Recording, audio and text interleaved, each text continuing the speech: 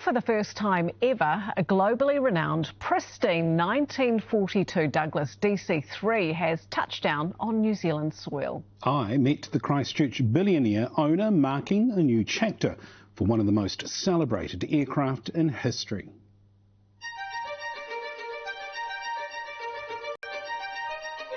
It's been a long process to get here actually, but so excited to be in New Zealand for the first time.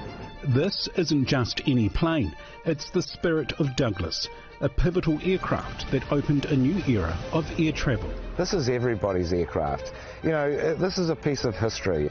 With a wingspan of 29 metres, twin radial engines, this DC-3 is held together by 76,000 rivets. Right, well come on up. Thank you. Oh wow, did not expect this. No. It has never been restored, this aircraft. It's always just been conserved and kept maintained right from the day that it sort of came out of the factory. And there's a story to tell there. I mean, Donald Douglas and the Douglas Aircraft Company, this guy was a genius of the 20th century. Ladies and gentlemen, this is your captain speaking.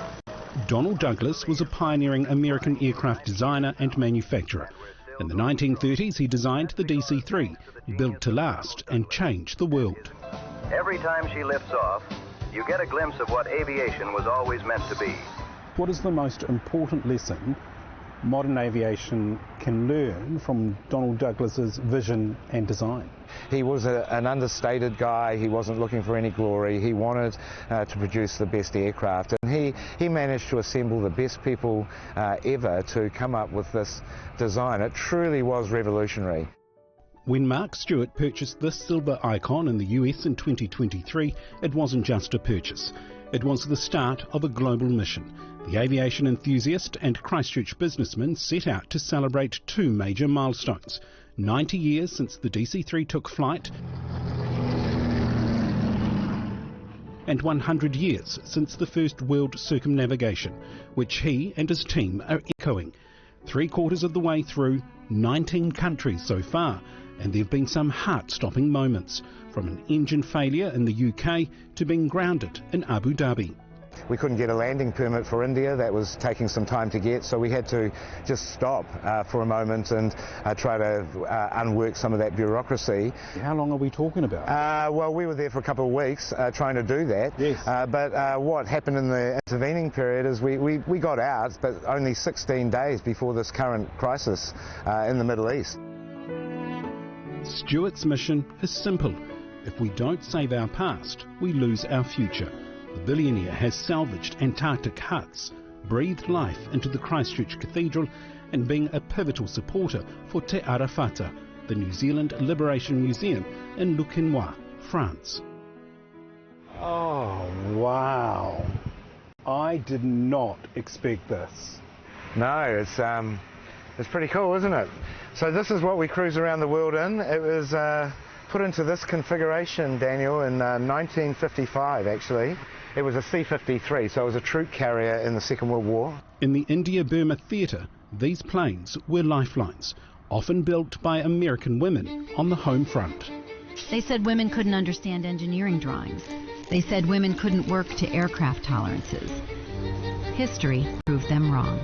That's another untold story about DC-3s. In fact, there were over 16,000 DC-3s made, and 11,000 of those were made by women. After the war came Hollywood. I think I'd like some coffee. Don't go sneaking into those chocolates. This aircraft starred in the 1994 film Richie Rich.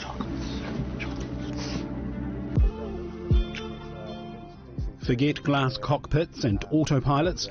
Up the front, we're stepping back in time. This timeless classic proving that sometimes the old way of flying is still the best way to see the world. We're going to leave it here in New Zealand for several months and take it to as many destinations as we possibly can. This is everybody's aircraft, as I said, and we're not precious about it. We want everybody to see it, to feel it, come and tell us the stories. We're taking it to the Warbirds over Wanaka Air Show. The thing that I'm really keen on is this is not necessarily about the destination, it's about the journey. Just quietly, Mark, this suits me, don't you think? It does, yeah. You did look very at home in that cockpit. It's taking some getting used to, this whole set, from coming from that to bring this. you back down to earth. Looking for my phone. I don't know where it is. My own private phone. Hey, Whaiakene, coming up on 7 Sharp. Hollywood star Ryan Gosling on why nothing should get in